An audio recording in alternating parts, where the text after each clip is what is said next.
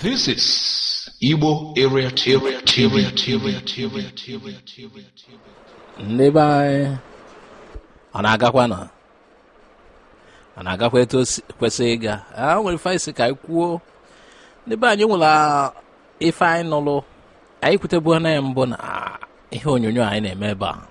Ndị be anyị sị ka anyị jụọ ụnụ anyị ma bụ na ndị be anyị wụ ndị na-agbata odibo nke a na-akpọ bọị a na-agbakwana ya n'ọtụtụ afịa dị iche iche, ụfọdụ na moto pas, ụfọdụ na ahịa ọgwụ. Enwere nke eji mara onye ife dịka ndị Nnewi eji ife gbasara moto pas mara ha ma ọ bụ machine parts. Ndị ọzọkwa na-azụkwa n'afịa mana ịma onwere nke eji mara onye. Jirikwanụ ife gbasara ọgwụ nya ọ bụrụ traditional medicine nya orthodox ọgwụ oyibo wee mara ndị ọrụ n'Imo steeti. Ndị na ndụ na-azụkwa n'ọgwụ ahụ ọdụ ọtụtụ afịa eji malụkwa ndị dị iche iche. Abịazie na mba Naịjirịa, anyị ma ndị na-achị efi, anyị ma ndị nwokewe ndị na-achị efi. Anyị nụzi na ọtụtụ ndị be anyị ebe anyị na-anụkọwa akụkọ awụ ebe a na-akpọ afa n'Udi local government of Enugu. Ndị ọchị efi na-akpụnyezi ha efi, ha na-agba bọị na-echi efi, ha na-agbaziri ndị na-achị efi bọị achịnye ha efi ahụ na-agbalụ ndị na-achị efi bọị. Well, anyị sị ka anyị jọs kwute ka anyị nebe anya n'okwu a malụ kele ulu ya abalị anyị, kele ulu ya abalị ndị be anyị nya ka anyị na-asị ka anyị nebe anya. Anyị chọkwanụ ka ụnụ tụnyegasị anyị alụ maka ife niile a na-emekwa n'ụwụ ndị be anyị na-eme ha n'anya na-eminye anya neta anya ka malụ isi njedebe. Ofe ụfọdụ na-ene anya n'ime anyị okewe ka ife anyị enweta ozugbo. Anyị ghọtara ndị be anyị nwere efi nke a na-akpọ efi Igbo nke anyị kwukwalụ maka ya na ihe onyonyo nke ọzọ anyị mere na-asị ndị be anyị tinye n'anya n'ife gbasara efi a. Mana nke ichezi efi ịgbalụ ndị ife na bọị na-ezu efi anyị aghọtaghị. Biko nụ anyị chọ ka anyị neba anya n'okwu a maka adị ama onye kpatakwanụ nkụ ahụhụ kpọtalụ ngwerebe ya ọnụ ma maka ife ndị egwu onwekwa onye nsinye achị n'efi maka ndị be anyị kwesịrị ị na-eme ka ndị Igbo akpọrọ ha. Ụfọdụ Igbo anyị na-emezi ka ya si na onwere ọbara ọzọ bara anyị ime amaghọkwa m. Ndị be anyị n'ife gbasakwalụ efi a ka anyị na-ekwu mana efi Igbo ka anyị na-ekwu maka eketa. Anyị ahụ ekwu maka efi ndị ugwu, anyị na-ekwu maka efi nke anyị efi Igbo. Ọ bụrụ na ị chọrọ ịzụ efi Igbo kpọtụrụ anyị, o nwere onye anyị enye gị nọmba ya, anyị nye gị nọmba onye ahụ ọ na-akpọ ọfụma maka ndị be anyị chọrọ ịzụ efi Igbo ọ biznes ya ga ọfụma.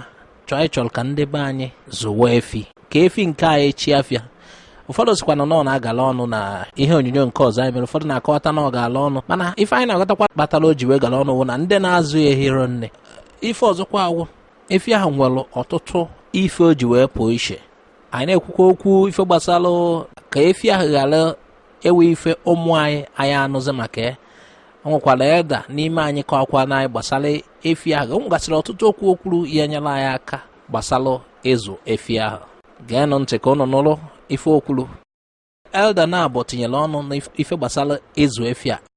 Onye be anyị ọwụna chọrọ ịmata ife ọzọ gasị gbasara ya kpọtụrụ anyị enyekwana ụnụ nọmba akara ekwentị ụnụ ya eji wee magasị ife ụnụ chọrọ ịma. Ya nwanne m ndewo ụtụtụ ọma. Enwetara m ozi gị maka ihe banyere efi Igbo a.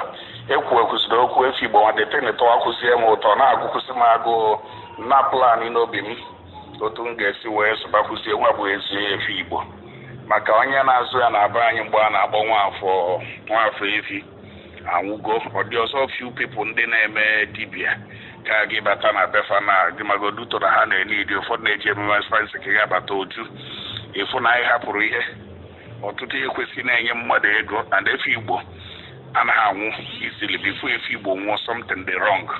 Efi Igbo na-esi ike, ofu efi Igbo nwee ike ịchụ efi Hausa 10 ọsọ chụfuo ya and ọ dị mkpa rinne. So ka anyị na-ekwu okwu a ọ na-agba m n'uche site na mara Chineke m nwa ga-esi ikwu anya n'ihe banyere efi ahụ ka because mgbe anyị ncha niile ghọtasị uru ọba na ịhapụ ịzụ ndị a ihe without make a proper plan foundation efu na anyị ga-ejikwa duto na anya fọrọ nke anyị usoro na anya zụnwụkọ nke anyị wee chọwakwa nke ndị ọzọ ahụ. So abịa n'okwu ikwuru maka inye kọntaktị onye nke a na-akpọ tabansi efi. Tabansi efi ọ na-eme biznes between Nsụka and Abakaliki, mana onye Nsụka ka ọ bụ.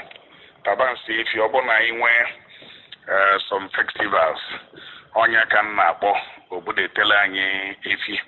Enwekwara m onye nke a na-akpọ Chigozie efi, ogbu efi onye ọmụ. Onye nke a bụ onye mmese nkwara gị nọmba. Onye nke a na-elekala efi Hausa ma ọ na-enwe efi Igbo nwekwu nke ochie aka ya n'azụ. Abịa n'efi Igbo enwe original efi Igbo nwee nke a na-akpọ cross breed. Enwe ka asị eme nke asị Igbo Hausa, ọ dị ka eweta efi Igbo nwoke ọ bụ efi Hausa, so ụmụ nwa tụsịa mana ihe dị iche na adị ya cross breed na dịtụ cheaper and bigger than efi Igbo. Ma efi Igbo anaghị eto ogologo kutu ka efi Hausa. Efi ga-ama na efi Igbo. So onye nke amụna ya na-asụkwa na eji afọ ihe na-eme mgbe ọbụla onye nke nnidi mkpọ ha butelu m. So m ga-esendịrị gị nọmba tabansi efi nke Nsụka, sendịrị gị Chigozie efi.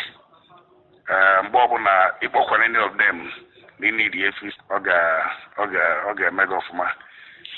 Nweza Konne ya, the former chief secretary of Oga, Wobeleso Oga. So on a mekale mmeri no na mekale Oga onye na host Oga Carnival for years. I am a contact and the other people on a budget silly efi since Oka budget in Oga, Anambra State. So then abịa n'afịa ọ bụ na ị chọrọ ka mmadụ butelu gị ịlaka gị jee Nsụka ụbọchị oye n'Imo, ụbọchị oye n'Imo ị ga-enweta ya na n'Imo, mana gbara ọlụ oye n'Imo na nke Nsụka n'afịa efi. Ndị ọzọ a na-azụ n'ụlọ ọ na-adị ọnụ so much, mana ndị nke a na-ele ọ na-adị cheaper. Before mgbagote ihe a na egoro m efi Igbo olu 6 Sunday. That cow species that you think will be extinct in Nigeria, I bet you American Department of Agriculture have the sperm and the egg of that cow frozen in nitrogen. There is no cow species, there is no sheep species, there is no goat species they do not have. For the animal, agricultural animal species, chicken, they have them frozen in nitrogen, okay, so that they can bring it back in the event of extinction. Look at the seed. There is no seed in the world, including wild seeds in Africa. They have a depository of seeds picked up all over the world in Antarctica. So in the event of extinction of any plant species, America is capable of bringing it out back again. Those are the kind of attitude and work that has to come from University of Nigeria and Nsukka. University of Nigeria and Nsukka has to be capable of challenging University of Tokyo. It has to be capable of challenging Oxford University. It has to be capable of challenging Massachusetts Institute of Technology. They must have that mindset, whether they like it or not. And not these selling sachets they collecting 20 naira from students. Okay, it requires hard work, it requires efforts. You plant yam, you get yam, you plant corn, you get corn, you plant orange, you don't get the mango. So the Faculty of Animal Husbandry should take two approaches. First of all, they should preserve the sperm and the egg of the cow species in nitrogen. You harvest the sperm and the egg and preserve it in nitrogen for future fertilization. Then they should start the breeding. They should have a huge reserve area in the University of Nigeria and Nsukka. University of Nigeria and Nsukka is not behaving well. I mean, critical of them. They are the flagship university of Igbo, but they are not behaving well. They're supposed to be the hatchery of science and technology for Igbo, but they're not doing what they're supposed to do. The animal husbandry department over there is supposed to have reserve for those cows and breeding them there. Okay, breeding them there, studying them and writing books on them. If I come there now and ask them for textbook on that cow, they don't have it. They're going to give me one that is written in London about cows. The second one is that for young Igbos to engage in rearing on that cow, it boils down to the image that I was saying before here. You do not plant corn and get yam, and you do not plant yam and get corn. Whatever Igbos want, they must make effort to get it, and they start from baby, otakara. If you don't invest in otakara, and this is the objective I want for Igbo, nobody can complain. Nobody will rear that cow unless it starts from homage to otakara level. Those ones running it in America, those ones running it in Britain and Australia, they are taught to do that right from the womb of their mom. Anyị kwukwa n'okwu gbasara etu esi wee kpọọ onye na-alụ na Nigerian Port Authority ndị na-afụ maka ichekwa ụgbọ mmiri nke nọ na Port Harcourt. Ife mere ji kpọọ ewu ka o wee kọtụrụ anyị tupu anyị akpọọ ndị a na-alụkwa n'ebe anyị amalụgo na ebe ahụ na-alụ ọrụ. Ọtụtụ ndị n'ime anyị sịkwara na ya amaghị ka esi alụ ọrụ anyị, jikwa wee kparị anyị mkparị na ya amaghị eme investigeshọn anyị, na ya bụrụ ezigbo journalist ndị na-afụ maka ịgbasa ozi. Mana nwere ife ndị be anyị ada aghọta n'ife gbasara ịgbasa ozi ọdụ ọtụtụ ụzọ esi eme, ọ bụrụ sọ na ije ebe a onye ọzọ nwekwa na ike ijelega ebe ahụ. Onweghị onye nọ ebe niile n'ụwa. Enwe ife kịta mere na obodo oyibo na-eme ndị be anyị anọghị ebe ahụ ya kpọọ onye n'ebe ahụ. Anyị nwere ike inwe ndị nke anyị nọkwa nzu ebe ahụ ezie ha. Nya kpatara anyị ji wee zikwanụ nwanne anyị ka o nyere anyị aka kọwata ife na-eme ebe ahụ. Nke a wuo ozi ekwanụ oziri anyị.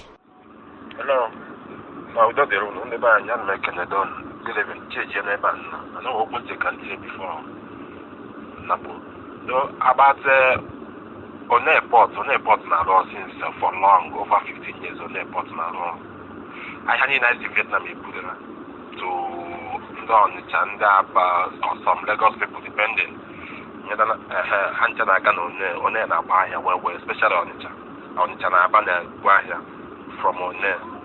But let's suppose more if the Lagos, let's go more city area na Lagos direct, then interior Lagos direct. But then I roll came when he had one soup Lagos, when they free. Like the guy not Korea people, they are working very good. So also from soup, they know that you find it difficult to ship out from Onne to outside Nigeria. They will direct you to go through Lagos to ship out. But coming in from outside international to come in, is free. But from Onne to maybe one hit or people from Nigeria, maybe they don't talk about here, much of here for like timber or something. You would hardly go through Onne, but you have to come through Lagos to do that. So now it's like according to my own experience, Onne don't accept shipping out, exporting out, but importing is okay. Thank you. Good night. Thanks for listening to Igbo Area TV. Please subscribe to our YouTube channel for more updates. You can also visit our Facebook page and like the page. You can join our Facebook group, Igbo Area TV. God bless you and bye for now.